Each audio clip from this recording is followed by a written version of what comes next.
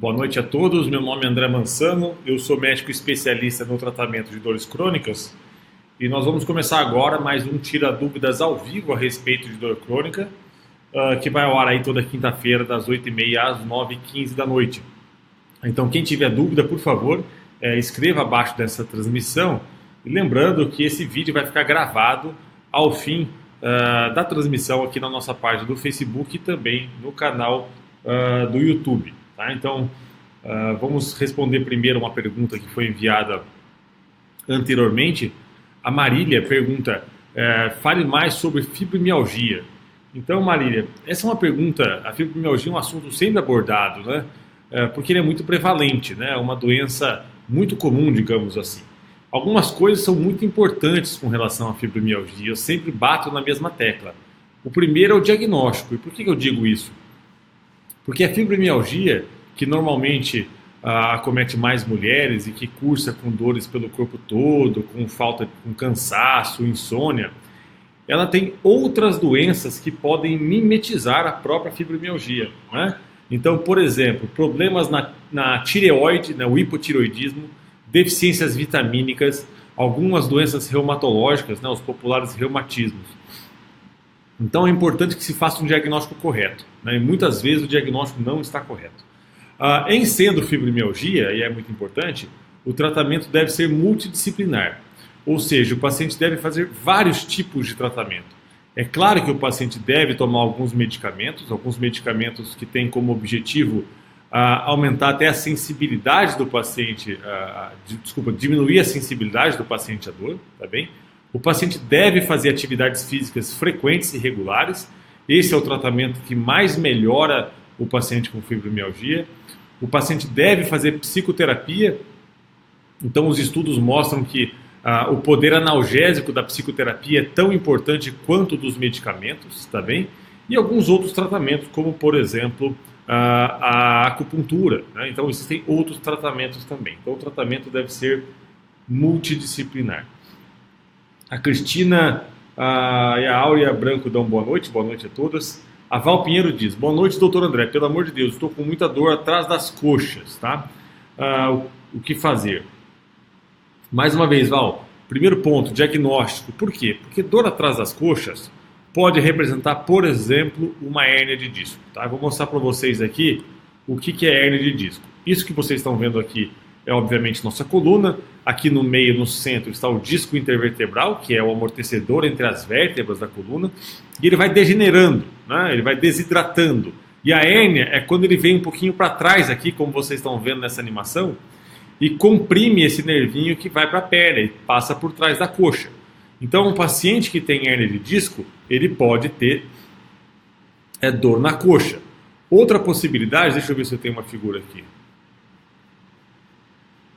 Deixa eu ver só um minutinho. Não tem aqui, mas... Enfim, existe um músculo chamado músculo piriforme, e esse músculo ele passa abaixo do glúteo. E o nervo ciático, ele pode passar abaixo do piriforme, pode passar dentro do piriforme ou eventualmente acima do piriforme. E uma contratura muito exacerbada do piriforme pode comprimir o nervo ciático, dando dor até atrás da coxa. Então, Nádia, o primeiro ponto é fazer diagnóstico, tá bem? Lilian Garrido dá boa noite. A Val disse que tem hérnia de disco, né? Então, aí nós passamos para outro ponto, Val, se você tem hérnia de disco, tá? O melhor tratamento para pacientes com hérnia de disco chama-se fisioterapia, tá bem? Então, o paciente deve fazer fisioterapia e uma fisioterapia especializada, tá bem? Existem basicamente 2 ou 3 situações onde o paciente deve operar a hérnia de disco. Primeira situação é quando o paciente, devido à hérnia de disco, apresenta uma perda de força da perna ou do braço, dependendo da região da hérnia, progressiva. A força do músculo vai piorando muito, ele tem que operar. Ou quando nada melhora a dor do paciente. Ou quando ele perde o controle da urina ou das fezes. Algumas hérnias muito, muito grandes podem causar isso, tá bem? Fora isso, o paciente deve fazer fisioterapia. Nos pacientes que não melhoram com a fisioterapia, nós podemos lançar mão de alguns procedimentos que nós chamamos de minimamente invasivos. O primeiro é o popular bloqueio, né? Então, o que é isso? Nós conseguimos colocar uma agulha precisamente ao redor daquela região nervosa, da raiz nervosa que está sendo comprimido pela hérnia, tá bem?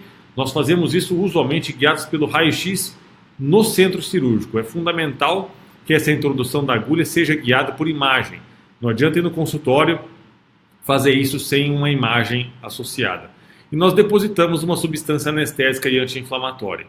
Esse é um procedimento bastante interessante. Inclusive, tem um trabalho científico bem peculiar, onde os pesquisadores recrutaram vários pacientes que estavam com hérnia de disco e que não melhoravam com a fisioterapia. Esses pacientes estavam sendo encaminhados para a cirurgia.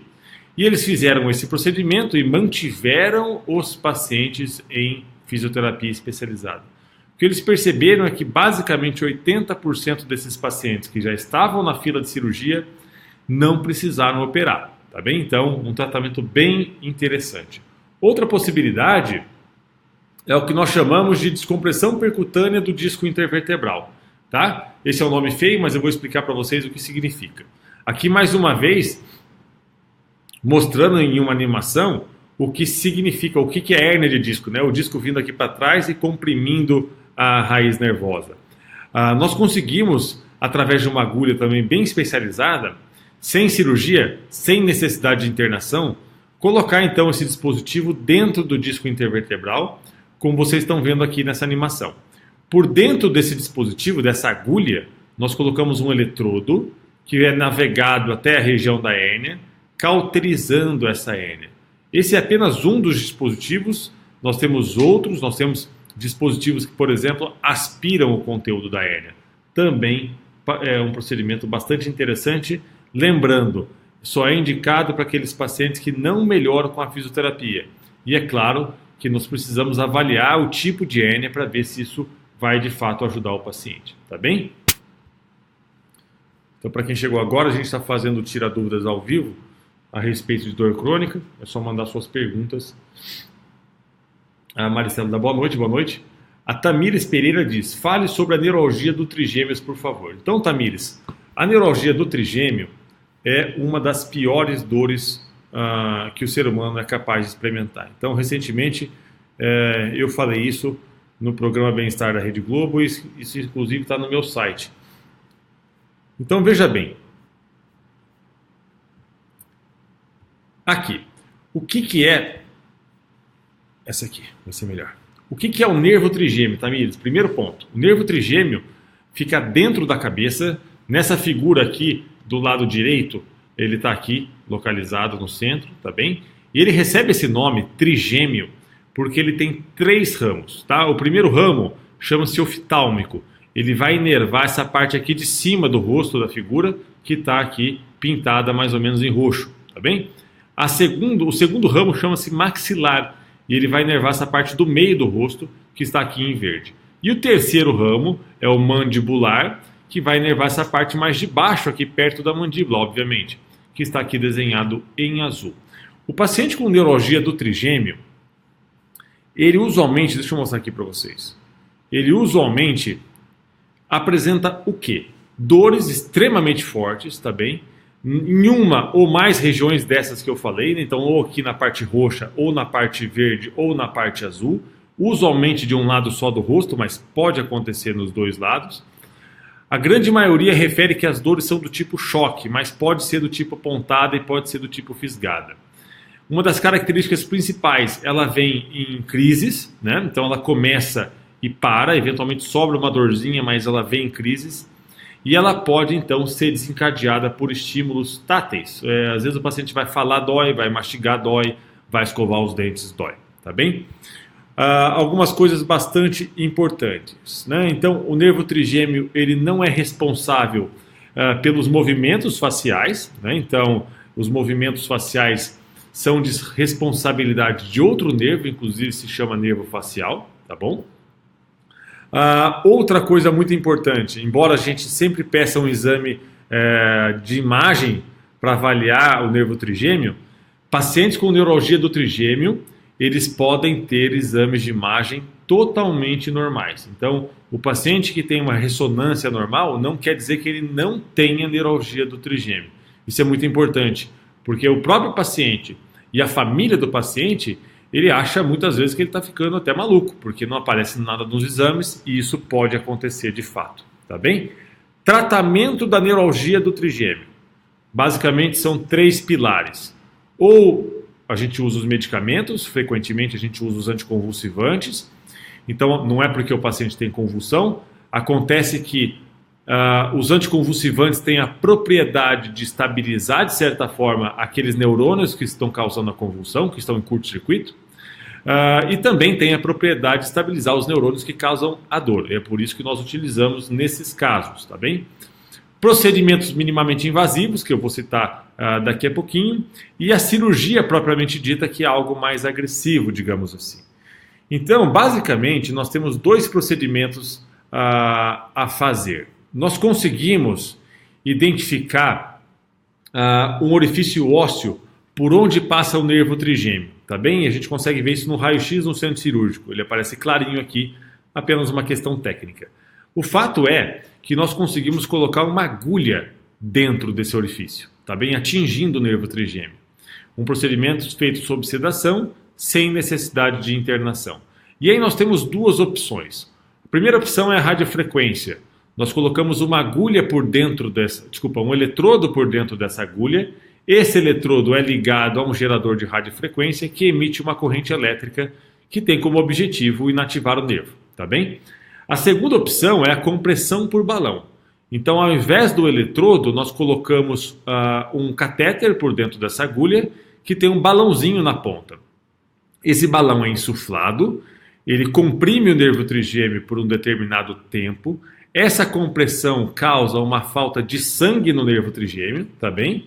E é essa falta de sangue que vai, então, inativar o nervo trigêmeo, tá bem? São procedimentos bastante interessantes e são indicados, então, para quem tem dores muito intensas que não melhoram com o uso dos medicamentos, tá bem, Tamires? A Lu Campanha diz boa noite Lu. A Vera Silveira Rodrigues diz, me ajuda doutor, eu tenho, mas não diz exatamente o que tem. Provavelmente ela escreveu quando eu estava falando sobre algum problema, né? Mas eu não consigo identificar qual é. A Laiane Oliveira, boa noite doutor, o senhor pode dar mais detalhes sobre sobre sintomas e diagnóstico da neuralgia do trigêmeo? Laiane, acabei de falar isso, então provavelmente você ouviu. Se você não ouviu, entre na página depois que acabar a transmissão, que vai estar gravado a resposta que eu dei então para Tamires, tá bem? A Edna Oliveira diz, eu tive, provavelmente, talvez tenha um erro de corretor aqui, eu acho que deve ser astrocitoma de 2005 a 2009, agora estou com o mesmo sintoma, será que voltou? Obrigado, boa noite. Edna, é possível, né? Então, eu sugiro fortemente que você volte ao neurologista ou ao neurocirurgião que cuidou de você, para que ele defina, através de um exame de imagem, se de fato esse astrocitoma voltou ou não, tá bem? Mas é possível, infelizmente é possível.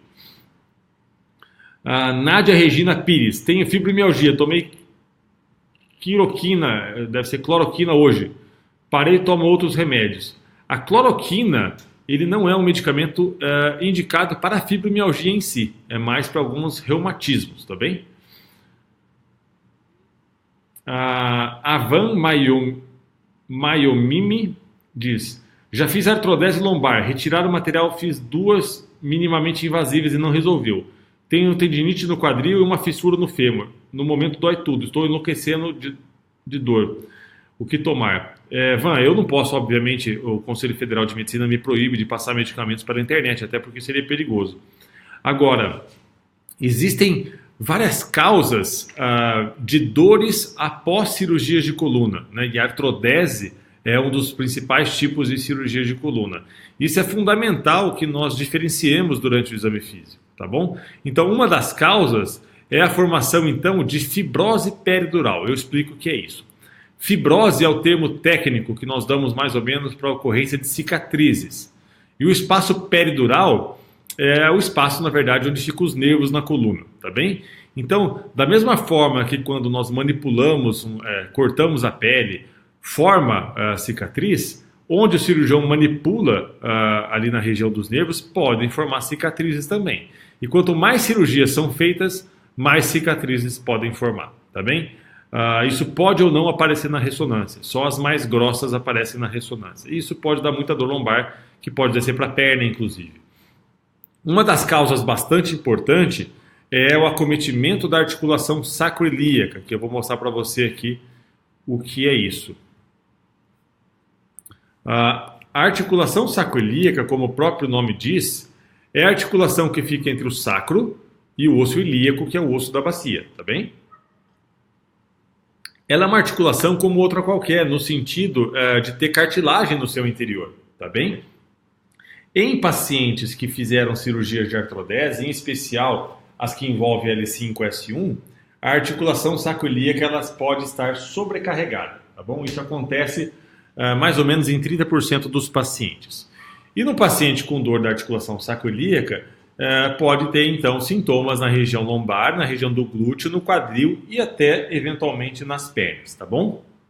A única forma de definirmos a articulação sacroiliaca como de fato a fonte da dor é fazer o que nós chamamos de bloqueio diagnóstico, né? Então o que é isso? O paciente fica deitado de barriga para baixo, como vocês estão vendo aqui nessa animação, recebe uma sedação leve, como se fosse uma endoscopia, para que seja bastante confortável.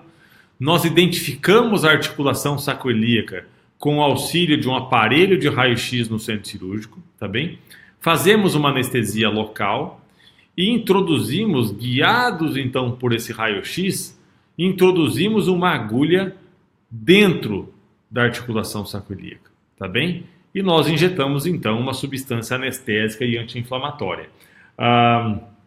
Esse procedimento ele tem dois objetivos. O primeiro é o diagnóstico. Por quê? Porque se eu infiltro uma substância anestésica dentro da articulação e o paciente me diz posteriormente que a dor melhorou, eu tenho então a certeza que de fato a dor vinha daquela articulação. E também serve como tratamento porque eu injeto uma substância anti-inflamatória, tá bem? Lembrando que a fisioterapia nesses casos é fundamental, tá bom?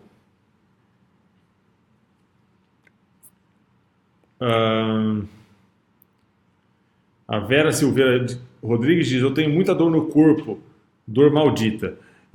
A dor no corpo todo, Vera, é preciso fazer o diagnóstico, diferenciar entre fibromialgia e alguns outros problemas. Por exemplo, uma diminuição da produção do hormônio da tireoide, que é o que nós chamamos de hipotireoidismo, né? A população costuma conhecer esse problema como simplesmente tireoide, né? O paciente fala, eu tenho tireoide, que na verdade é um problema da tireoide e é tratado então com a reposição do hormônio da tireoide.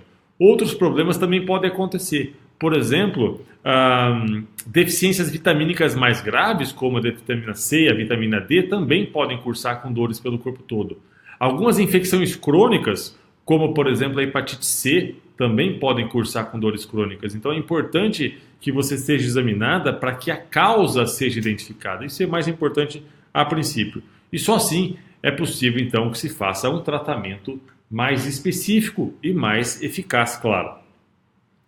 A Silvia Carderelli diz: me ajude, tenho uma cistite crônica que dói dia e noite, não tem cura. Já sei, não tem cura, eu já sei, mas preciso de uma esperança para esse problema.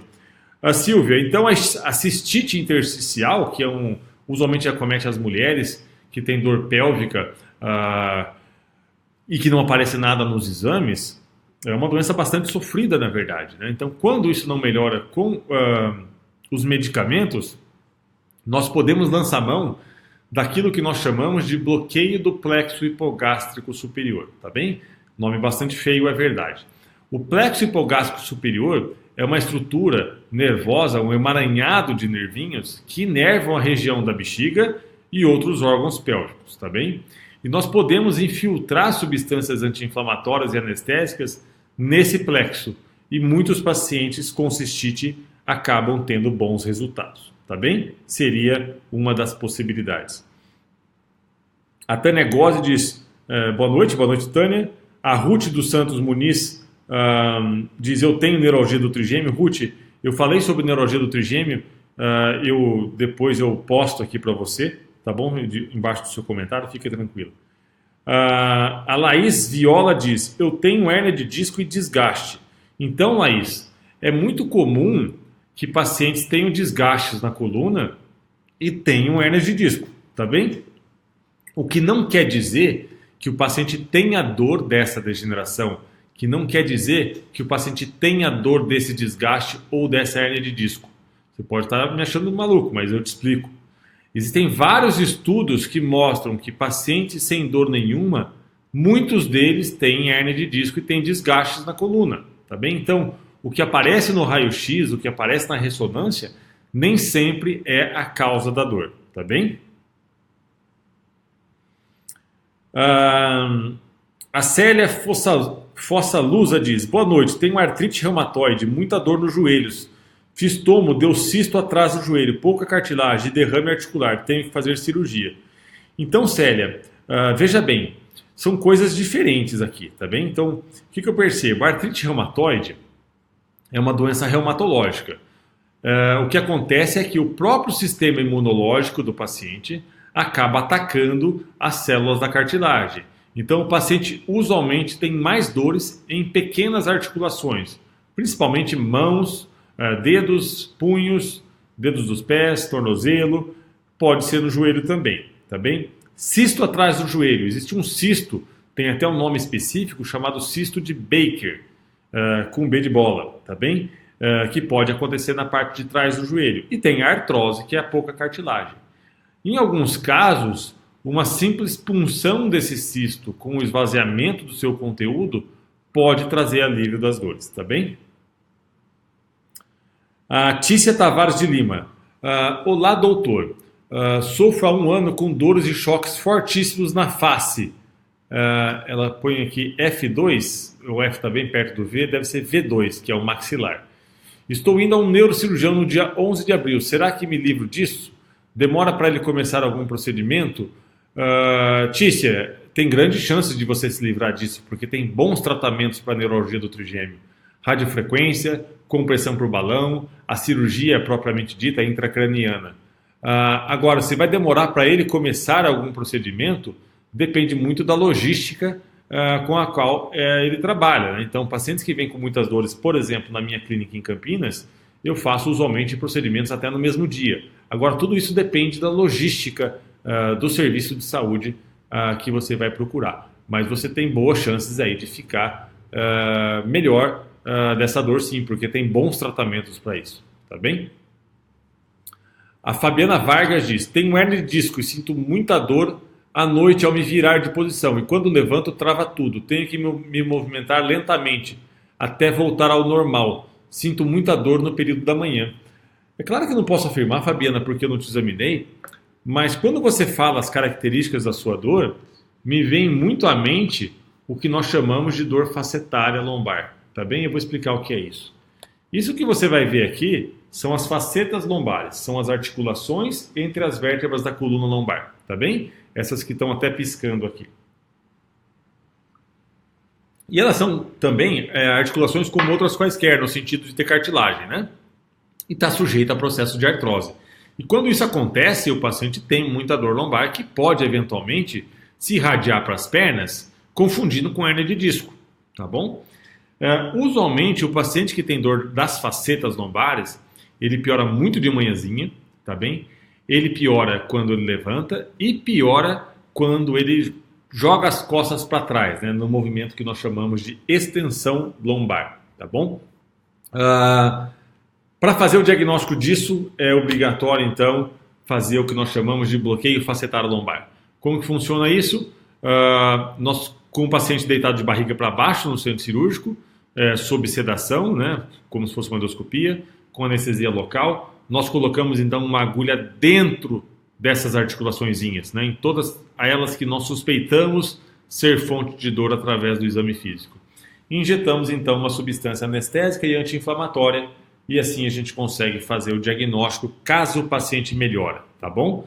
Em alguns casos, nós podemos fazer até o que nós chamamos de radiofrequência das facetas, né? Que é colocar uma agulha extremamente especializada ao lado de uns nervinhos que inervam essas articulações, tá bem? Por dentro dessa agulha, nós colocamos então um eletrodo que é ligado a um gerador de radiofrequência e esse gerador emite uma corrente elétrica que tem como objetivo inibir esses nervinhos que inervam essas articulações. Tá bem, Fabiana? Essa é uma das possibilidades. Não me parece, não me vem à mente hérnia de disco quando você fala o seu quadro, mas eventualmente pode ser. A Ana Paula Menezes diz: doutor, sobre neuralgia que tenho, minha dor sinto 24 horas, só consigo mastigar, escovar e tudo dói, só que a dor fica 24 horas tipo queimando. O médico falou o tratamento dura até 7 meses, há 2 anos queria fazer cirurgia. Mas falou meu caso não é cirurgia. Isso tudo começou por conta do tratamento do dente. Aonde dói só onde fez o tratamento do dente. Tomo gabapentina, posso tomar esse remédio de 8 a 8 horas porque a dor aumenta. Neuro passou de 12 em 12, se tomo de 8 em 8 pode haver alguma coisa? Ana Paula, a dose da gabapentina, usualmente nós aumentamos, a não ser que o paciente tenha efeito colateral, né? Ela pode ser tomada de 8 em 8 horas, isso não seria problema, mas é preciso avaliar o surgimento de efeitos colaterais. Agora, o que parece, pelo seu relato, é que você não tem o que nós chamamos de neuralgia do trigêmeo típica. O que você pode ter tido foi uma lesão de um raminho do nervo trigêmeo durante o seu procedimento dentário. São coisas um pouquinho diferentes, na verdade, embora as dores sejam na mesma região, tá bom? Christian Vieira Mendonça diz: eu tenho protusão na L5-L4, tem como fazer a aplicação de agulha sem passar por cirurgia? Sim, Christian, é possível. Então, relembrando as indicações de cirurgia, se o paciente tem hérnia lombar, que é o seu caso, então ele precisa operar caso ele tenha uma perda de força muscular referente à hérnia, ou se ele tiver uma perda do controle da urina ou das fezes, ou se nada melhorar a dor dele, né? Então aí a cirurgia é uma opção. Fora isso, nós tentamos tratamentos menos invasivos, digamos assim. Fátima Carvalho diz: boa noite, minha mãe tem 86 anos, foi diagnóstico de necrose do quadril. O ortopedista deu opção de cirurgia, mas além da idade tem problema de plaquetas. Sinto muitas dores, usa tramal, só melhora o que você recomenda. Para necrose do quadril, de fato, o melhor tratamento é o cirúrgico. Tá? É até possível tentar uma infiltração no quadril, mas usualmente isso não vai durar muito tempo. Precisaria repetir várias vezes, tá bem?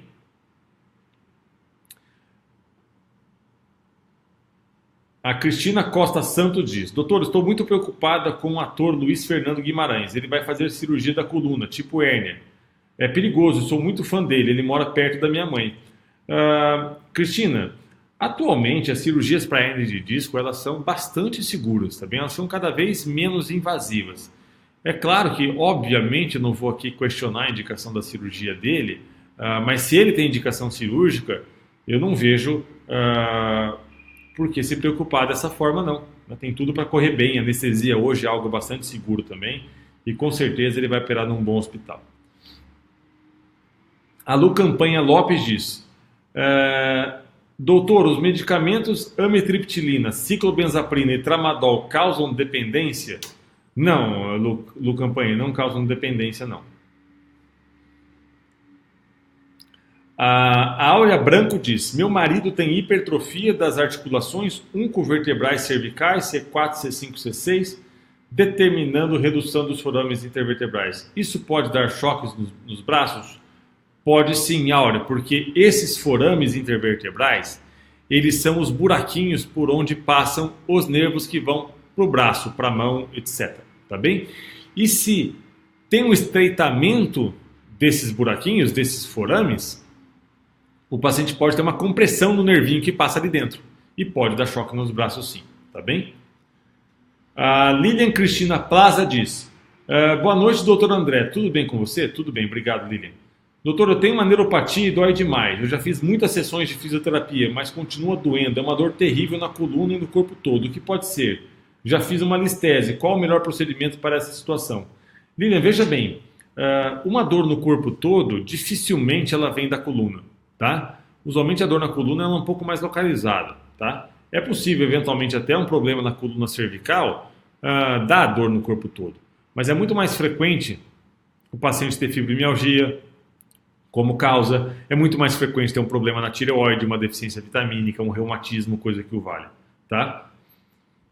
A Maria Oliveira e a Reni Batista dão boa noite às duas. A Glamis Hatcher diz, depressão dá dores fortes no corpo? É até uma questão, Glamis, de, como posso dizer, de terminologia, de semântica, são nomes até um pouquinho feios, né? Mas é uma questão de definição, digamos assim. Por que eu falo isso? Porque a fibromialgia que dá dor no corpo todo cursa muitas vezes, em mais de 50% dos casos, com depressão, tá bom? Então é bastante comum essa associação. Marcos Vinícius Alves diz, sou fisioterapeuta e tenho uma paciente com formigamento contínuo no primeiro dedo do pé. Descartamos circulação, o que resta é o pensamento em algum pinçamento de alguma inervação. Poderia clarear algo? Claro, Marcos, esse pinçamento ele pode ser até um pouquinho mais proximal, né, a nível de raiz nervosa, uma hérnia de disco, por exemplo, mas ele pode ser um pinçamento periférico. Na verdade, a gente nem chama de pinçamento, a gente chama de uma compressão. Então, os nervos periféricos, eles podem estar sujeitos a compressões por alguma área um pouquinho mais fibrótica, ou eventualmente quando passa dentro de algum túnel, e isso pode dar uma dor neuropática, cuja parestesia é um dos sintomas, tá bem? Então é preciso diferenciar se o formigamento vem de uma compressão lá distal ou uma compressão mais acima a nível radicular, tá bem? A Juliana Hoffman de Camargo diz, estou sentindo muitas dores pelo corpo. Começou nos ombros, pescoço, agora sinto na lombar e quadril. No exame deu espondiloartrose, não aguento mais dores e não ter melhoras. É incapacitante isso.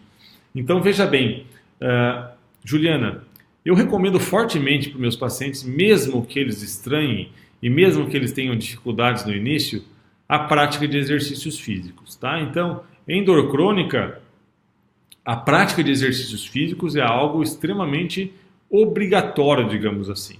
E ao contrário do que muitos pacientes, eventualmente até profissionais de saúde pensam, o paciente com degeneração na coluna, que é o que você diz que tem aqui, ele não está proibido de fazer atividades físicas. Muito pelo contrário, a atividade física é extremamente benéfica para esse tipo de paciente. Tá bem? A Márcia Silveira da Silva diz, boa noite, tenho sentido muitas dores, como tendinite no tornozelo e quadril esquerdo e tornozelo direito. O que fazer? Márcia, além da fisioterapia, que é um tratamento fantástico para esse tipo de problema, nos casos um pouco mais graves, nós podemos fazer a aplicação de ondas de choque e, eventualmente, até infiltração guiada por ultrassom diretamente nesses tendões, tá bem? A Mária Nunes diz, boa noite, sinto dor na perna direita 24 horas. Né? Então, a causa mais comum desse tipo de problema é, de fato, a hérnia de disco, tá bem? Então, o tratamento da hérnia de disco, eu falei aqui recentemente, ele passa pela fisioterapia e passa pela realização de alguns procedimentos minimamente invasivos. Tem no meu site uma aula completa sobre a hérnia de disco. Se você não achar, Maria Nunes, me manda uma mensagem que eu mando esse link para você.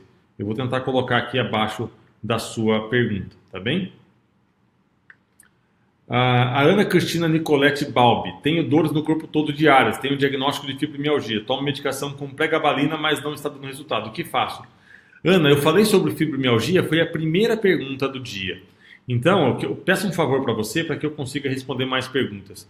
Assim que acabar essa transmissão, a gravação vai ficar disponível aqui na página. Entra que é logo a primeira pergunta que eu respondi, tem a minha impressão sobre fibromialgia, tá bem? A Márcia Silveira da Silva diz, tenho muita dormência na perna esquerda, onde estou com um problema no quadril. Então, a dormência na perna, Márcia, ela é um sintoma de compressão nervosa, tá? A dor, ela pode ser por diversos mecanismos, até por dor muscular, mas a dormência usualmente é por uma lesão nervosa, seja ela uma compressão por uma hérnia de disco, ou seja, por exemplo, por o que nós chamamos de dor neuropática, causada, por exemplo, eventualmente pelo diabetes. É uma das principais causas de dor neuropática. O Odilon Simes diz: eu fiz cirurgias na coluna L4, L5, eletroneuromiografia acusa dor crônica moderada e sinto muita dor e sinto lombar muito pesada ao andar. Estou fazendo exercícios, academia e dores continuam. Só para com remédios. O que fazer? Obrigado. Primeiro passo, Odilon, é fazer diagnóstico, porque tem então várias causas de dores após cirurgia de coluna. Eu vou colocar aqui abaixo da sua pergunta um link de um vídeo que eu gravei a respeito das principais causas de dores da coluna. E aí, o que fazer vai, claro, depender de cada caso, tá bem? Fabiola Amaral diz: boa noite. Sobre hernia de disco rompida, qual o melhor protocolo? Então, a hernia de disco rompida é um termo que nós podemos, então, transpor então, para hernia extrusa, talvez, né? Que é o termo técnico das hérnias, né? Então, o protocolo é basicamente o mesmo, ele não muda muito com relação ao tipo de hérnia, né? O protocolo ele é baseado no sintoma, tá bem? Basicamente é o seguinte: se o paciente tem uma hérnia, dependente do tipo, e ele não tem perda de força muscular, ou não tem um descontrole de urina e fezes, esse paciente pode ser tratado com fisioterapia, tá bem? Nos casos onde a fisioterapia não resolve, nós podemos lançar mão daqueles procedimentos minimamente invasivos. O que muda um pouquinho, desculpa, com relação à hérnia rompida? Quando a gente vai pensar em descompressão percutânea do disco intervertebral, que é a retirada de um pequeno fragmento da hérnia por uma agulha ou a cauterização, alguns dispositivos podem não funcionar. Então é preciso escolher muito bem o dispositivo que vai fazer isso, tá? Mas basicamente o protocolo é o mesmo. A Wilson Fioschi dá boa noite. Boa noite, Wilson. Sabrina Fagundes diz: minha mãe está com 74 anos. Sempre teve uma postura de causar inveja a qualquer jovem. Uns meses para cá tem ficado corcunda, jogando o corpo para frente. Comprei um corretor postural. Pode ser que isso ajuda? Sim. O que pode acontecer, Sabrina? Principalmente em pacientes que são idosos. O paciente que tem um pouco mais de idade, ele pode ter o que nós chamamos de estenose foraminal. Desculpa o termo bem feio, mas o que na verdade é o seguinte: existe um buraquinho na coluna por onde passam os nervinhos, né? Esse é chamado forame. E ele pode estar apertado. E quando o paciente coloca a coluna para trás, aperta ainda mais e dói ainda mais. Então o paciente tende a colocar a coluna para frente. Tá? Pode ser isso que tenha acontecido com ela, porque isso abre um pouquinho o buraquinho por onde passa o nervo. Tá bem? A Tatiana Fujitani. Boa noite, doutor André. Tenho muitas dores de cabeça muito fortes. Chega a doer muito o ouvido e meu rosto fica inchado. Isso pode ser do nervo trigêmeo? Obrigado, doutor André. Tatiana, usualmente a neuralgia do trigêmeo ela não dá dor na cabeça especificamente. Ela dá mais no rosto. Ou, eventualmente, na parte anterior da cabeça. Então, aqui, ó. É nessas regiões que o paciente pode ter dor. Deixa eu tirar o meu vídeo daqui. São nessas regiões que o paciente pode ter dor. Agora, além disso, o que é importante para fazer o diagnóstico da neuralgia do trigêmeo? As características da dor. Então, se o paciente tem dor do tipo choque em uma dessas regiões, que vem em crises e que são desencadeadas, por exemplo, quando ele fala, muito provavelmente ele tem neuralgia do trigêmeo, tá bem? Caso contrário, provavelmente não.